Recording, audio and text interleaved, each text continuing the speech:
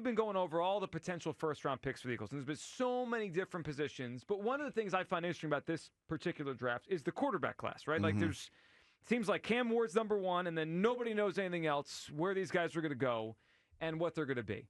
But I do know this, Hugh. More than a couple years ago, 5 years ago, the Eagles surprised everyone when they had a quarterback entrenched here in Carson Wentz, and they took Jalen Hurts in the second round. And so I've been looking around at this quarterback class because we've talked about Tanner McKee, and you had the idea they could maybe trade him to the Saints. Yeah. Like I still think the Eagles could use a long-term somebody that's similar to Jalen. Development quarterback that is similar to Jalen. And there is one in this class. Listen to this. Peter Schrager, who's now with ESPN. Listen to him describe one of the quarterbacks in this draft. And just, I mean, it hit me, the similarities to the guy that is the Super Bowl winning quarterback right now for the Eagles, Jalen Hurts. Here's Peter Schrager on one of the quarterbacks in this class. Another GM I was talking to over the weekend as I'm watching the Masters and just texting everybody and on calls about the draft. And he's like, I could easily see Milroe going late first. He's like, that's the kind of deal where you have a starter already. And then you put Milroe in for some subset packages, and then 2-3 years, who knows? Jalen Milroe is your guy, and he's been learning for a year. And of course, he can run the ball. He ran a 4.3 40 at his pro day, and he's got an awesome arm, and he's a winner, and he's about it. Like, he is a great leader. The same conversation on Milroe is, well, he was benched against South Florida a year ago. I mean, it's almost like we mentioned deja vu with the Mets and Phillies. This is deja vu to Jalen Hurts coming out of the NFL draft. He was benched at one point in college. He's a good runner. He's got to work on the throwing part of his game, but there's enough talent there to build on. He's a development quarterback, not a guy for now. You have a starter. Hugh, here's where I'm at on this. I don't think this is a great quarterback class. I think Milroe's the most interesting one because I think there's real upside to him.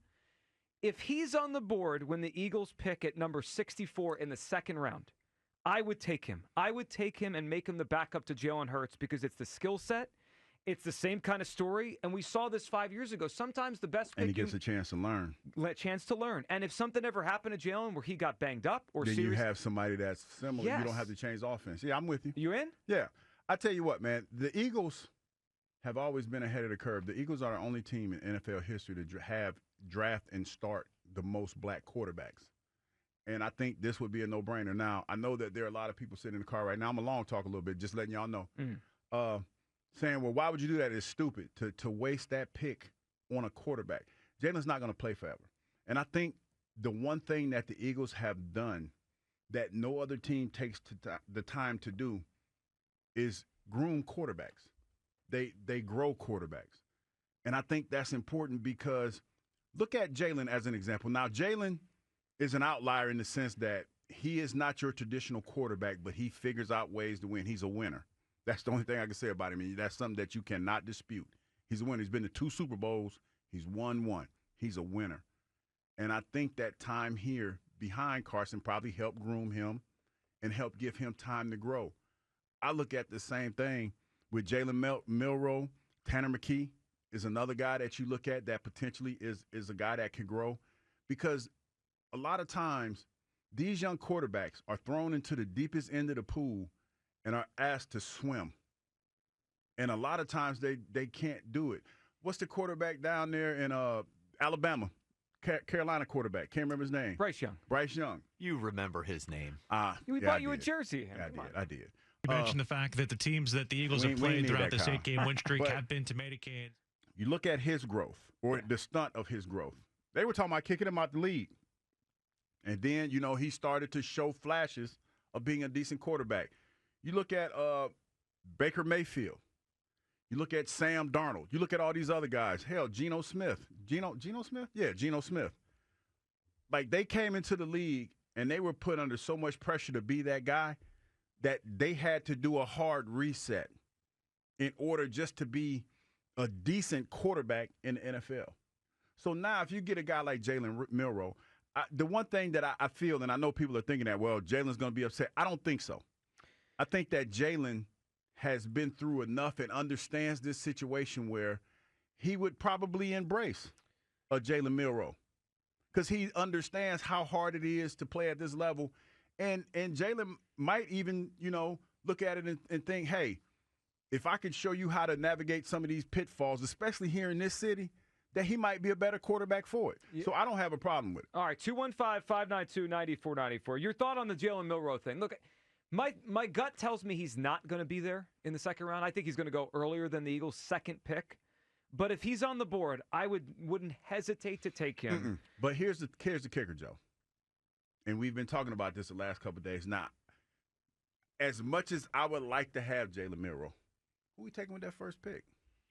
Well, what do you mean? You mean like one impacts the next? Well, we need some defensive players. Oh, it's about time you say it. So you're saying, all right, I get your point. You're like, if we're using a second-round pick. Why you got to look at well, it's about time. Kyle missed us yesterday. All right. Yeah, he did admit he missed us. All right, so if you're saying, all right, let's go off the premise they would take Milroe with the second pick. You're saying they really have to use their first pick on defense. I would think so. Otherwise, their first two picks are both offense. I would think so. I'm with you on that. I think that people would be in a tizzy. Or what would happen, you take the tight end. And then a backup quarterback. Mason Taylor. Take Mason. Mason Taylor. Yeah. And then you take a quarterback. You take Mason, and then you a development quarterback. Yeah, the development quarterback. Yeah, there's no defense then. No, I don't think the Eagles fan base would be happy. Well, you know with what? That. They wouldn't be, and that's. I mean, suck it up. People were mad 5 years ago when Jalen Hurts was the pick, and it's one of the greatest picks in the history of this franchise. All right, let's hear from Milroe because you brought up something interesting. There's two elements. Do you want to do it?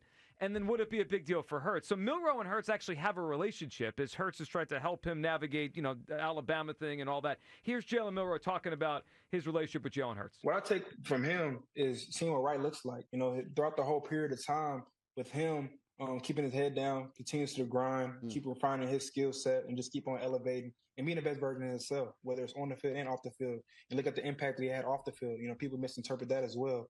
And so, of course, as a player that's inspired to go to the NFL, it's always unique that each starting quarterback in the league does something right, and they have a certain skill set and certain presence about them that makes them a starting quarterback. He's definitely one of them.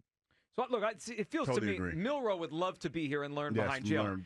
Now, at his feet. Let me say this, though. I want to do it. I'd be all for it. I do think it would be, to me, it's a little bigger deal for Hurts than you think it is. Not that I think Hurts would crumble. I think he'd be fine. But you know how this city is. It wouldn't take long. Like I'm willing to take the risk because I think it's worth having good quarterbacks in the pipeline and having a good backup and a good quarterback room. But you know, it wouldn't take long if Hurts struggled down the line a year or two from now. Do people talk about Milroe? Yeah, younger, cheap. I mean, that's the way it would happen. Joe, that's the nature of the beast, though. Right, but it's a little different when you have Kenny Pickett behind you versus if you have you're right. Jalen Milroe. You're right, but that's the nature of the beast. And Jalen has to know. Just like he came in and took somebody else's job. Yep. Somebody's coming to take yours. You can't play forever. And we have to keep playing well. You have to know that. When I came into the league, I was very self-aware. Because when I came in, I always tell the story about Donald Evans and how he was the starter, but he knew when they drafted me to take his job. Mm-hmm. And Donald did everything outside of telling me how to play the position to help me, groom me for that. Like I said, I remember every day he said, save your money, man. That's all he would say. Save your money. Don't do this, don't do that, but save your money. And I remember we were sitting in the first NFL meeting. And, we were doing the 401k stuff. And he was like, hey, max out your 401k. I don't want to hear nothing else. Put all that money in your 401k. He said, because you're going to need that when you get old. I'll never forget that. Like, it was lessons like that, but as far as football was concerned, he was like, no, I'm going to go ahead and ride this out until it's your time. But all the other stuff, I'm glad he did that for me. That's what the NFL is. And when Derek Burgess came in, I knew he was drafted to be my replacement. And I did everything in my power to hold that off as long as I possibly could. Then, obviously, Trent Cole came in and the rest is history. But that's the NFL in a nutshell. And I think that even a quarterback has to know that they are always looking to upgrade from you. You know who, and I don't know this for sure, but it felt like that when I was here and I started first couple years doing radio. Kevin Cobb was here to be the heir apparent to Donovan. Yeah, and if he didn't get hurt and Vic didn't take over, he probably would have been. Yeah, he probably would have been. I mean, he was starting that year. He was the heir apparent. He was the heir apparent, and it didn't work out that way.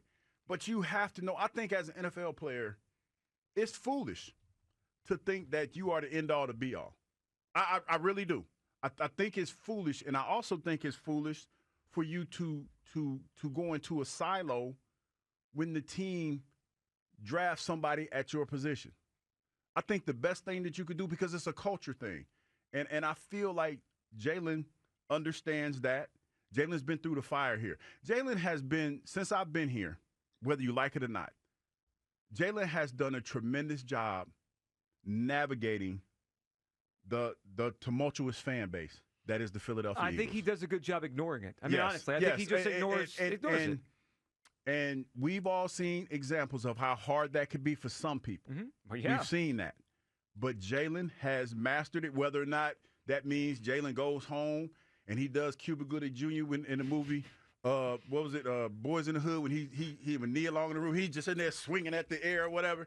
He's done a good job of not allowing you to see him sweat.